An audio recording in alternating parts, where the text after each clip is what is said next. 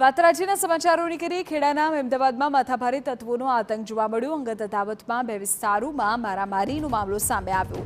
જાણકારી એવી મળી રહી છે કે ત્યાં 3 જેટલા વાહનોને આગચંપી કરવામાં આવી છે. રેલવે કનાડા પાસે મારામારી અને આગચંપીની આ ઘટના નગરપાલિકાના પૂર્વ પ્રમુખના રહેઠાણ પાસે આ ઘટના બની છે. 3 લોકો ઇજાગ્રસ્ત થતા તેમને નડિયાદ સારવાર માટે ખસેડવા પડ્યા છે. વધુ જાણકારી પર સંવાદદાતા ધર્મેન્દ્ર કપાસી આપી રહ્યા છે. જી ધર્મેન્દ્ર. વિધિ સમગ્ર મામલાની વાત કરવામાં આવે તો ખેડા જિલ્લાના મહેમદાવાદ રેલવે સ્ટેશન પાસે ગત રાત્રિના સમયે આ ઘટના બની હતી.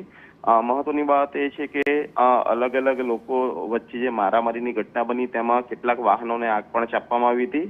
જો કે મહેમદાવાદ પોલીસની સમય સૂચકતાને કારણે ઘટના મોટી થતી અટકી ગઈ હતી.